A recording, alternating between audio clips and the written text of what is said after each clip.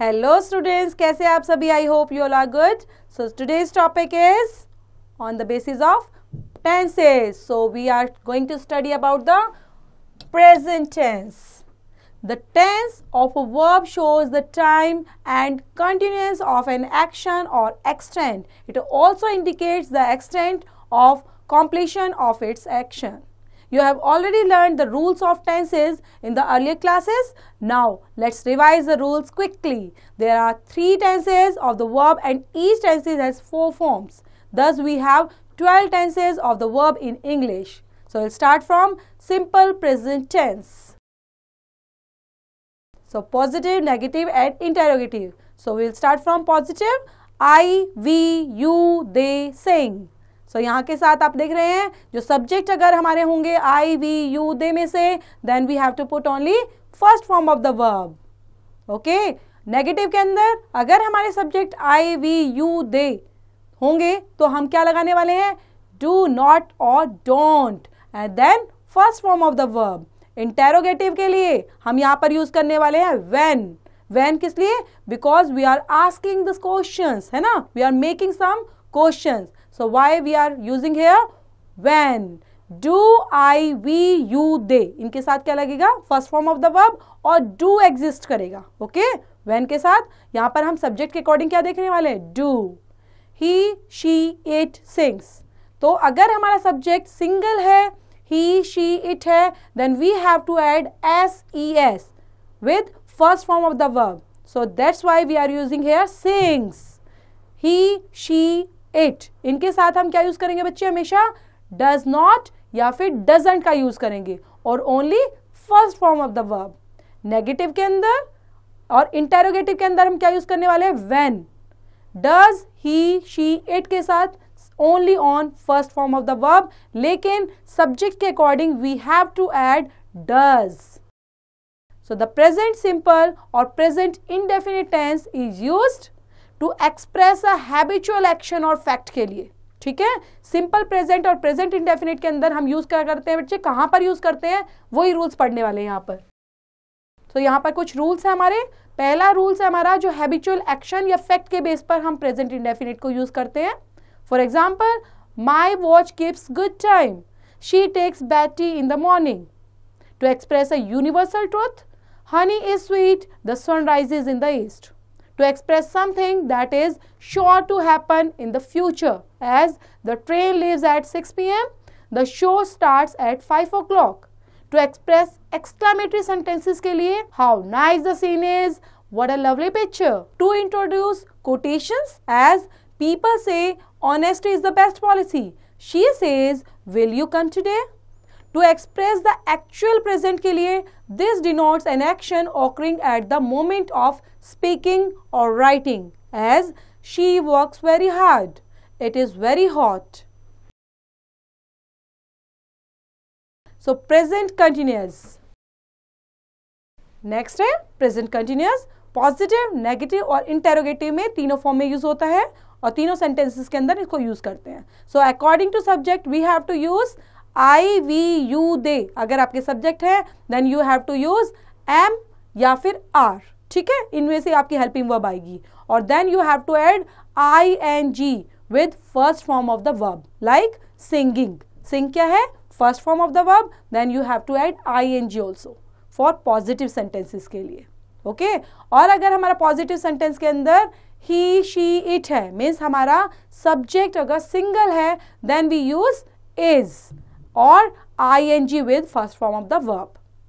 Negative के अंदर subject अगर हमारे हैं I, we, you, they, then we have to use am and are और नॉट कंपल्शन में रहेगा क्योंकि नेगेटिव बना रहे हैं, नोट लगाएंगे देन फर्स्ट फॉर्म के साथ ing को भी ऐड करेंगे.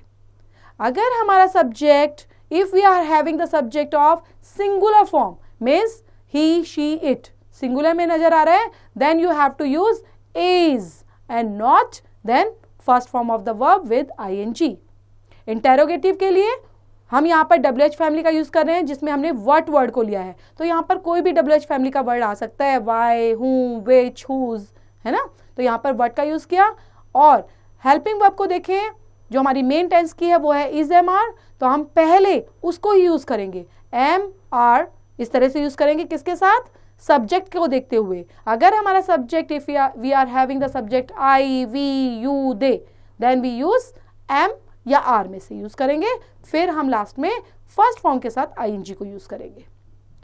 If we are having the subject in singular verb like he she it, अगर हमारा सब्जेक्ट ही सिंगल है देन वी यूज इज, और फिर V1 के साथ आईएनजी का यूज करेंगे लास्ट में question mark. The present continuous tense is used, कहां पर मेन यूज होता है, to show the action that is happening at the time of speaking, as Rahul is doing his work, the eagle is hovering in the sky. To present an action which is going to happen just after speaking, as when are you going to leave this house, to denote the action which is likely to happen in near future, we are leaving for Mumbai tomorrow. Next tense है हमारा present perfect tense. So for positive, I, we, you, they, ये क्या होते हैं बच्चे, subject है ना, उसके साथ हमने हेल्पिंग वर्ब का यूज करना है हैव, और फिर हम करेंगे V3 का यूज, ओके, पास्ट पार्टिसिपल का यूज करेंगे, V3 का यूज करेंगे, जैसे यहां पर किया हुआ है संग। If you are having in, जो हमारा सब्जेक्ट है वो सिंगल है, मीन्स ही शी इट में से है, देन यू यूज हैज, तो क्या यूज करते हैं, हैज का यूज करेंगे, और V3 का यूज करने वाले मीन्स पास्ट पार्टिसिपल का हम यूज करेंगे। नेगेटिव के अंदर आई वी यू दे है, हैव का यूज करेंगे, not and then past participle. Subject single है he she it, then use has, और फिर नॉट लगाना कंपल्शन में रहेगा, देन V3। इंटेरोगेटिव के अंदर WH फैमिली के लिए व्हाट का यूज किया हुआ है, हैव पहले यूज करेंगे और हैज भी पहले यूज करेंगे, हेल्पिंग वर्ब को पहले लगाएंगे इंटेरोगेटिव में क्वेश्चंस बनाने के लिए, और अकॉर्डिंग टू देयर सब्जेक्ट। यहां पर सब्जेक्ट क्या है, I we you they, that's why we are using here have, और फिर लास्ट में पास्ट पार्टिसिपल का यूज करेंगे। If you are having the subject in a singular form means he she it use कर रहे हैं, देन वी यूज हैज, और last में क्या करने वाले हैं हम, V3 का ऑल क्वेश्चन मार्क। अब प्रेजेंट परफेक्ट टेंस कहां पर यूज करते हैं वो देखेंगे कुछ fact. To indicate the completed activities in the immediate past, means आपने कोई भी एक्टिविटी ऐसी जो कंप्लीट की है अभी इमीडिएट पास्ट के अंदर, then we use present perfect tense. The clock has just struck 11. He has just gone out. To express a past action whose time is not given, Varun has been to London recently. Have you ever gone to England?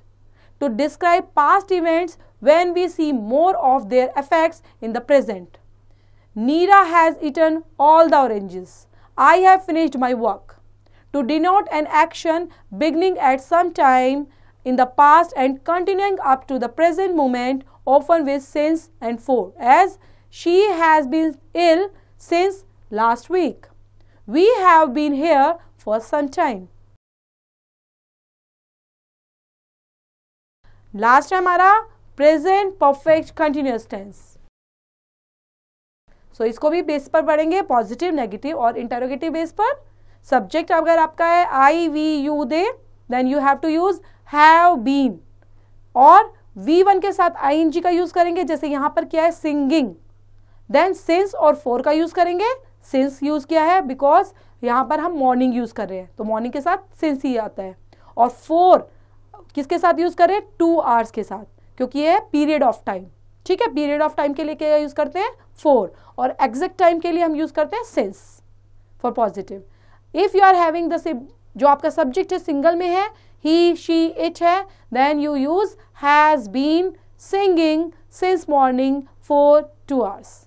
Negative के अंदर use करने वाले हैं हम आई we you दे, ये आपके subject है, then helping verb क्या है, हैव, नेगेटिव है इसलिए हम यूज कर रहे हैं नॉट का, देन बीन सिंगिंग वंस, और यहां पर जो सिंगिंग के साथ आपने मॉर्निंग और सिंस का यूज किया है वो इसलिए क्योंकि मॉर्निंग के साथ मैंने बताया भी अभी लास्ट में ही कि मॉर्निंग के साथ हम क्या यूज करने वाले हैं, सिंस का, for 2 hours. He she it has not been singing since morning for 2 hours. Interrogative के लिए हेल्पिंग वर्ब आप पहले यूज करेंगे क्योंकि हेल्पिंग वर्ब क्या है इस टेंस की, परफेक्ट कंटिन्यूअस की, हैज और हैव देन बीन। तो लेकिन यहाँ पर आप हैव पहले यूज करेंगे, फिर सब्जेक्ट को ऐड करेंगे, सब्जेक्ट कुछ भी हो सकता है आपका आई वी यू दे में से, देन बीन का यूज करेंगे, देन हेल्पिंग वर्ब जो आपकी मेन वर्ब है उसके साथ आईएनजी लगाकर, since morning for 2 hours। Subject single है तो has, he she it, been singing since morning for 2 hours। The present perfect continuous shows क्या करता है, that the action is going on continuously up to the present time and started before some time. The present perfect continuous tense is used, किसके लिए use होता है बच्चे, to express an action which began in the past but is still going on, as he has been doing his work. When it continuous tense time is added, it always becomes a perfect continuous tense, as I have been dancing since 6 o'clock. This tense is often used with for how long or since when. It has been raining for a long time. How long have you been waiting for us? Mr. Mehta has been taking to guests since 7 p.m. Extra fact के साथ a singular subject must have a singular verb and a plural subject must have a plural verb. अगर आपका subject single है तो आप single verb का ही use करेंगे, ठीक है। अगर आपका प्लूरल है आपका subject, then you have to use plural verb.